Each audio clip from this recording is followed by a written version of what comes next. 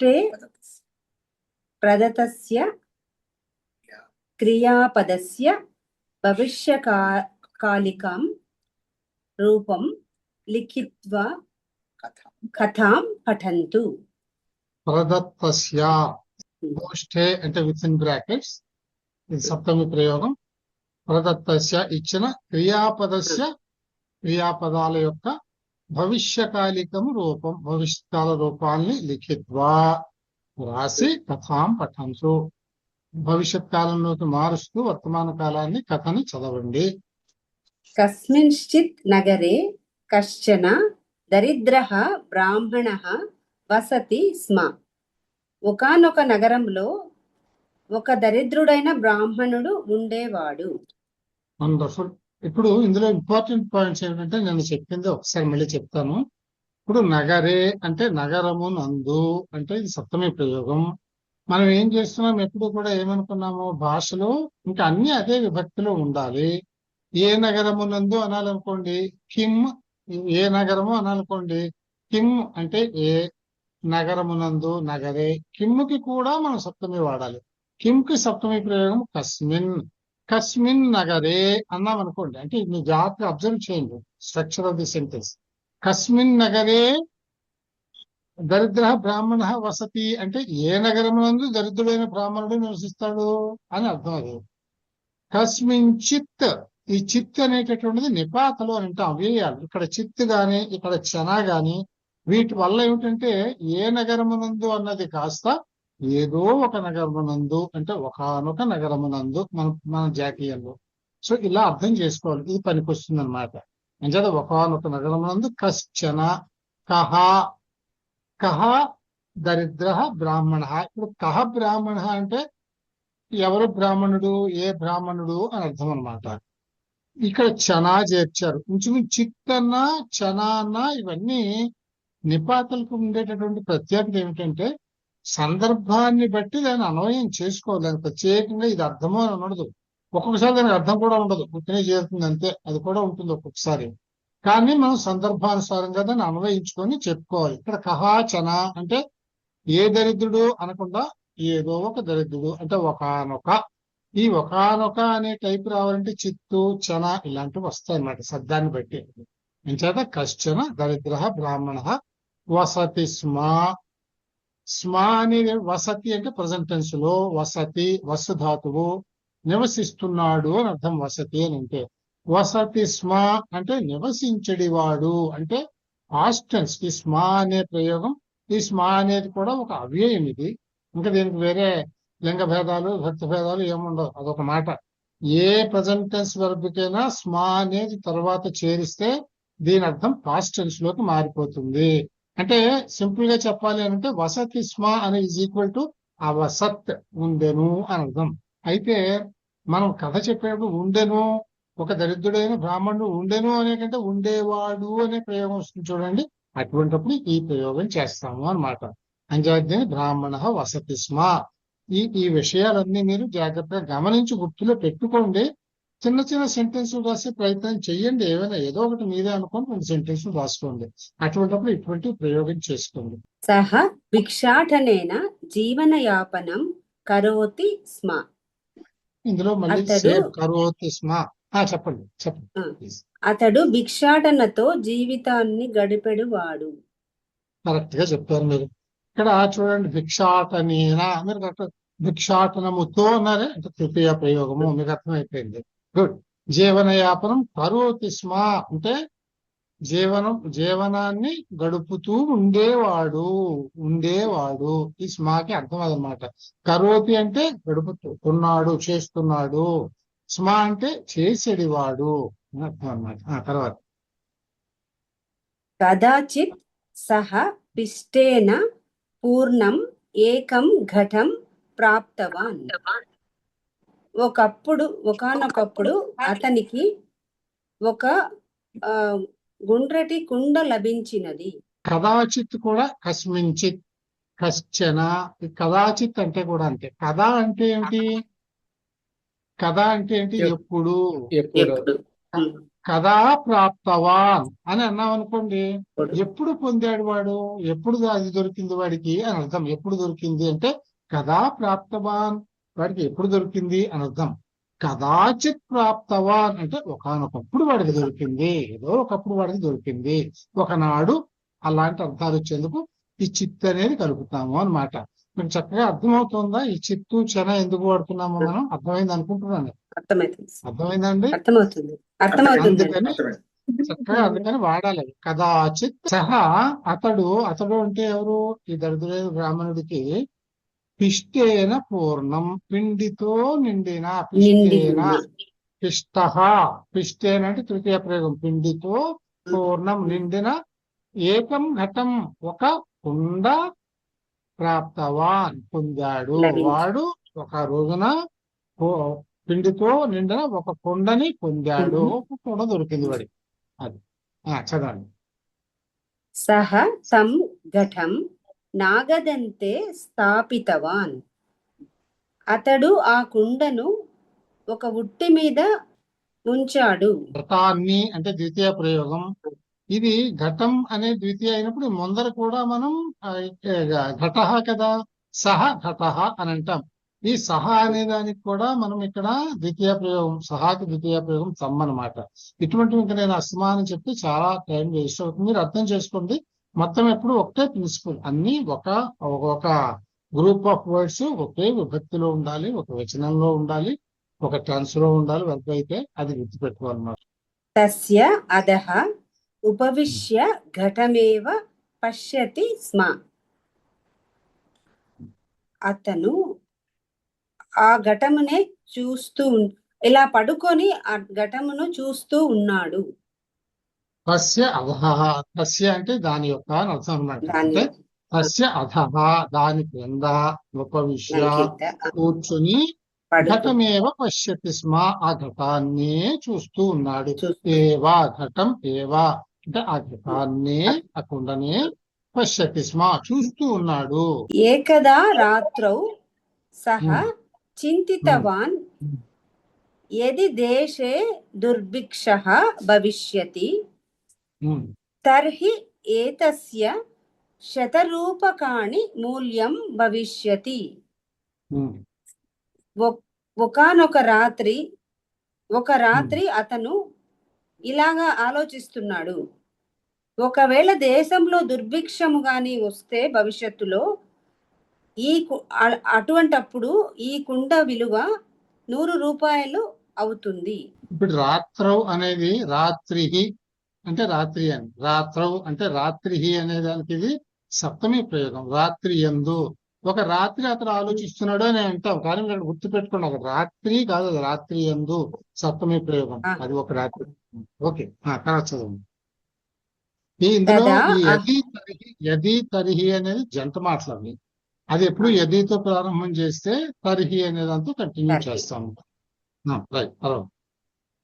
తదా అహం ఏతస్య విక్రయణం కృత్వా తేన ధనేన అజద్వయం క్రోష్యామి. మళ్ళీ క్రో మీకు బాగా పట్టుకుంది. ఈ ఉంటే ఏ అవుతుంది, క్రేష్యామి.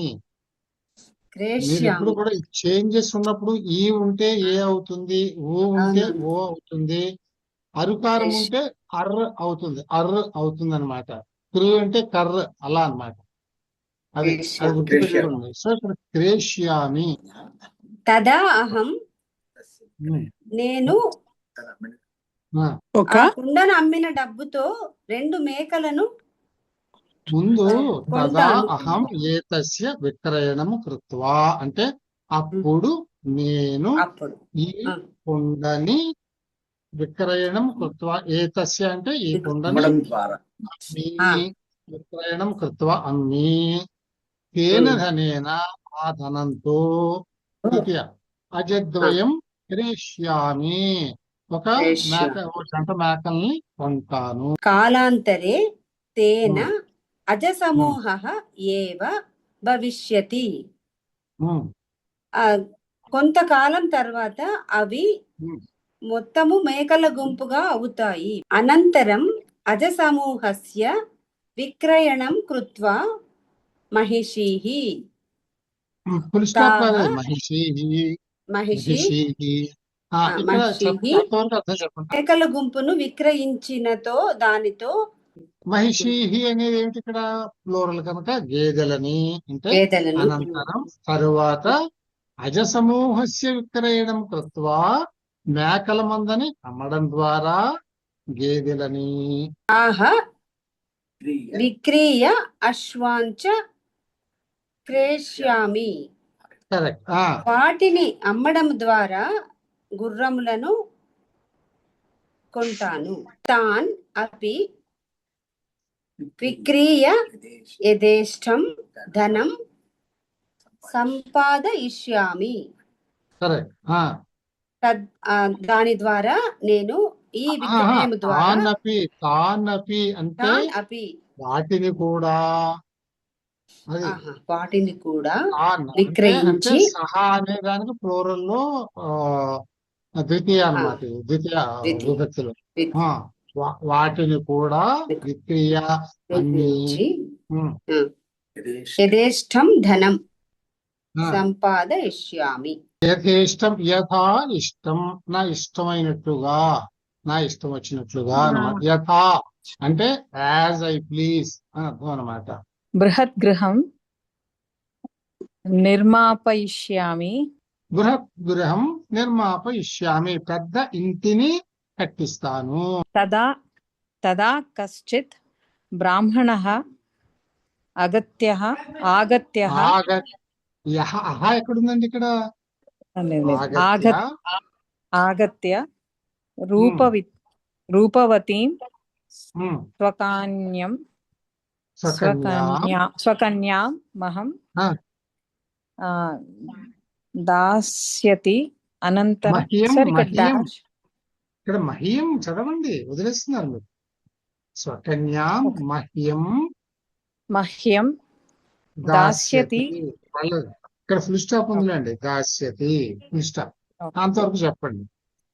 కదా అప్పుడు కశ్చిత్ బ్రాహ్మణ, ఒకానొక బ్రాహ్మణుడు ఆగత్య వచ్చి రూపవతి స్వకన్య అంటే రూపవతి అయిన ఒక కన్యని కన్యని కాదు, స్వకన్యాం తన కూతుర్ని, తన కన్యని అంటే తన కూతుర్ని మహ్యం అంటే నాకు దాస్యతి అంటే ఇస్తారు అన. ఇస్తాడు అంటే పెళ్లి చేస్తాడు అని అర్థం అనమాట. సంబంధాలు వచ్చాయి. అనంతరం మమ పుత్రః ఉత్పన్నః భవిష్యతి. తరువాత నాకు, మమ అంటే నాకు, పుత్రః ఉత్పన్నః భవిష్యతి, కొడుకు పుడతాడు. దేవశర్మ ఇతి తస్య నామకరణం కరిష్యామి. అంటే దేవశర్మ అనే పేరు పెడతాను పిల్లాడికో పిల్లకో. పుత్రః యదా సహ జానుభ్యాం చలితుం సమర్థః భవిష్యామి తదా అహం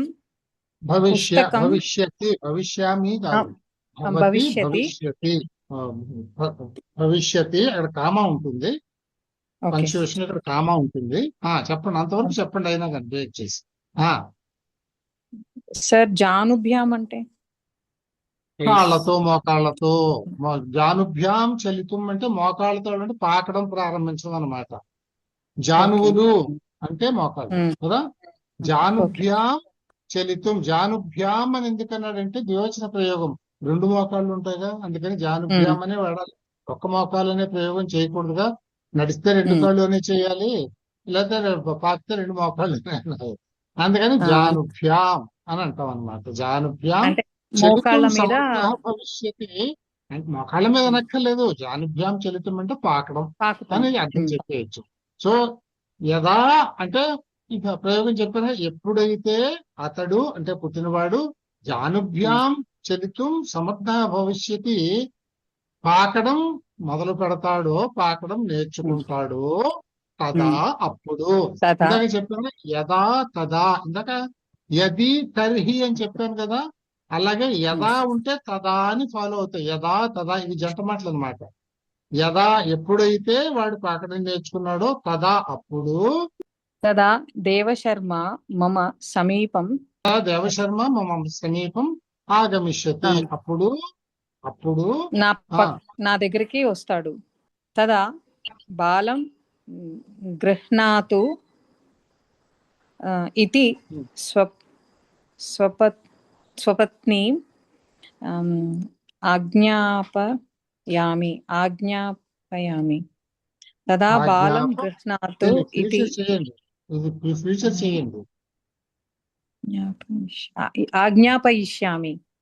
సరే, అంతే. సో ప్రిన్సిపల్ అర్థమైంది. చెప్పండి, ఇప్పుడు అర్థం చెప్పండి. తదా తదా బాలం గృహ్ణాతు తదా గృహ్ణాతు అప్పుడు అప్పుడు ఆ బా బాలం అంటే వీడు గృహ్ణాతు పాకడం వచ్చినప్పుడు నేను ఉమ్, పుస్తకం చదువుకుంటూ ఉంటాను. తదా అహం పుస్తకం పఠిష్యామి. వాడు పాకం వచ్చేటప్పుడు ఉమ్, నేను పుస్తకం చదువుకుంటూ ఉంటాను. అప్పుడు ఉమ్, వాడు మమ సమీపం స్వపత్ ఆగచ్చతి. దేవసరం నా దగ్గరకు ఉమ్, వస్తాడు. ఉమ్, అప్పుడు తదా అప్పుడు బాలం ఉమ్, గృహ్ణాతు ఇది స్వపత్ని ఆజ్ఞాపయిష్యామి.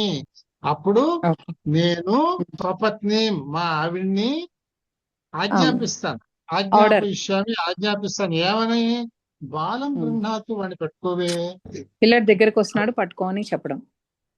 యదా సహ మమ వచనం నా శ్రోష్యతి అంటే శృణోతి. శ్రు అనే ధాతువు ఇక్కడ. నోతి వదిలిపెట్టేయండి. శ్రు బికమ్స్ శ్రో.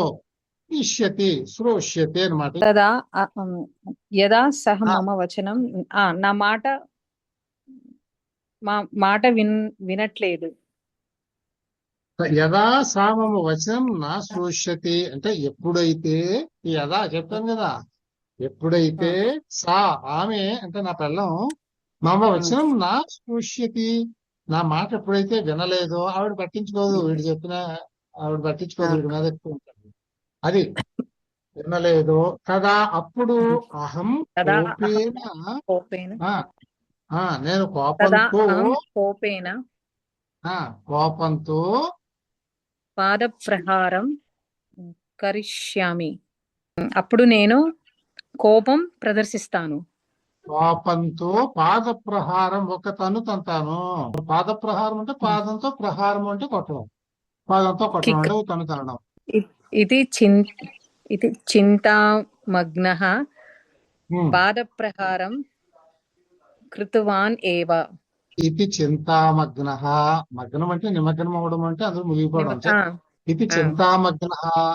ఈ విధమైన ఆలోచనలు మునిగి పాద ప్రహారం కృతవాన్ ఏవా తననే తన్నేశాడు. ఏమవుతుందంటే ప్రహారేణ ఆ తన్నుతో ఆ దెబ్బతో పూర్ణః ఘటః పతతి పతితః భగ్నః చ. నిండుగా ఆ ఉన్న తన్నడంతో పడిపోయింది. భగ్నం అంటే పూర్ణ విరిగిపోయింది. ఘటః. మీరు మాటలను కూడా వదిలిపెట్టద్దు. పూర్ణ సాధ్యమైనంత వరకు ఫ్రీ ట్రాన్స్లేషన్ చేసిన వదిలేయకూడదు మాటలు. ఎందుకంటే మనకి సైమల్టేనియస్ గా వొకాబులరీ కూడా ఇంప్రూవ్ అవ్వాలిగా. పూర్ణ ఘటః పతితః అంటే నిండుగా ఉన్న కుండ పడిపోయింది. నిండుకుండా పడిపోయింది. భగ్నః చ. భగ్నః చ విరిగిపోయింది. కూడా విరిగిపోయింది కూడాను. ఇది త్వా అనే ప్రయోగం. ఇది త్వా అంటే ఇది ఒక కృత్ప్రత్యయం అనమాట. ఈ త్వా అనేది మనకి ప్రయోగంలో త్వా అని కనిపిస్తుంది. కా కనిపించదు, త్వా అని వస్తుంది. మనం ఇక్కడ చాలా చదివాం అలాంటివి. ఇప్పుడు చూడండి, కృత్వా అన్నారు. ఇది త్వా అనే ప్రయోగం చేసినది అనమాట. ఇక్కడ నేను ఎక్కువసేపు చెప్పలేదు, ఎందుకంటే అలా చెప్తే దీంతో చాలా గ్రామర్ ఉంటుంది, అందుకని చెప్పలేదు. ఇప్పుడు అది మనం నేర్చుకుంటున్నాం రెగ్యులర్ గా. త్వా అనే కృత్ప్రత్యయంలో వచ్చే అర్థం ఏమిటి అని అంటే, ఇక్కడ చూడండి, బాలక స్నాతి అంటే బాలుడు స్నానం చేస్తాడు.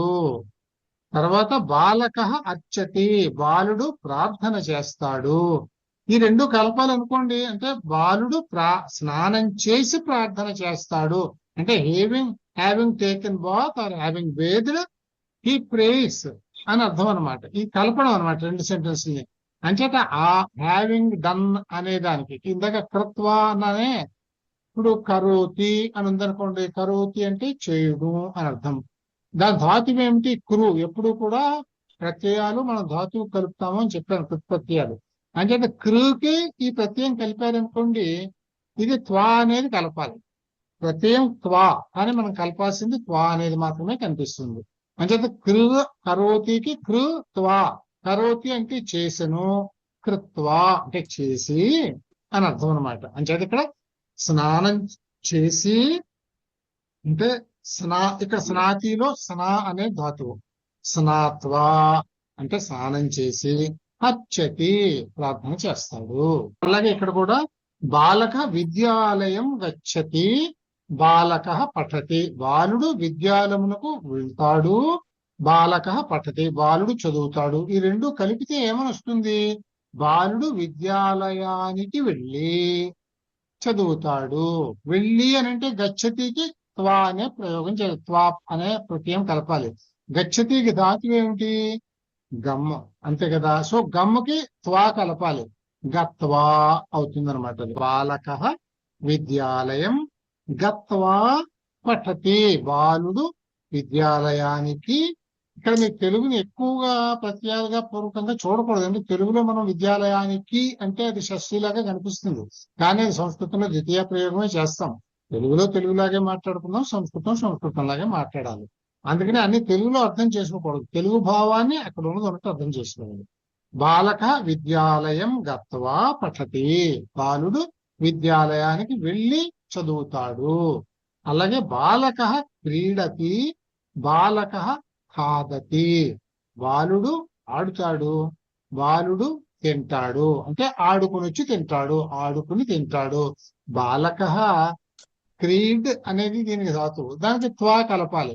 వీటన్నింటికి కూడా ఎత్వా అని కలుస్తుంది అనమాట. దాన్ని క్రీడ్ త్వా ఆ రెండింటికి ఒక జంక్షన్ లో అక్కడ ఇకారం వస్తుంది, క్రీడిత్వా అని వస్తుంది. అలా ఇక్కడ కూడా చూడండి, పఠిత్వా అని పఠిత్వా, పఠతి ముందు వస్తే పఠిత్వా అని వస్తుంది అనమాట. అలా వస్తాయి. అందుకని ఇక్కడ బాలక క్రీడిత్వా ఆడుకుని, ఖాదతి తింటాడు, ఈ విధంగా రావాలి. ఇంకా నేను మీకు ఇది మీరు ఈ ఎక్సర్సైజ్ ని హోంవర్క్ చేయండి తప్పకుండా. ఒక్క ఉదాహరణ చెప్తాను. ఇక్కడ ఏం వాడాలో మీకు ఇక్కడ మాటలు ఇచ్చాడు చూడండి. అంటే ఈ త్వా ప్రయోగం ఎలా వస్తుంది అని. ఉదాహరణకి సీత మోదకం ఖాదతి, సా జలం పిబతి. సీత మోదకం ఖాదతి, సీత లడ్డు తింటుంది, మోదకం అంటే లడ్డు. సా జలం పిబతి, ఆమె నీళ్లు తాగుతుంది. అంటే లడ్డు తిని నీళ్లు తాగుతుంది. సీత మోదకం ఖాదిత్వా జలం పిబతి. జనని స్నాతి పాకం కరోతి, తల్లి స్నానం చేస్తుంది, తర్వాత వంట చేస్తుంది, పాకం కరోతి. జనని స్నాత్వా పాకం కరోతి, తల్లి స్నానం చేసి వంట చేస్తుంది. ఈ విధంగా ఇప్పుడు ఇక్కడ స్నాతికి స్నాత్వా ఈ మాటలన్నీ మీకు వచ్చేస్తాయి, కానీ ఇక్కడ రాశాడు. దీన్ని మీరు ప్రాపర్ గా చూసి దాన్ని మార్చి ఇవి కంబైన్ చేసి రాయండి.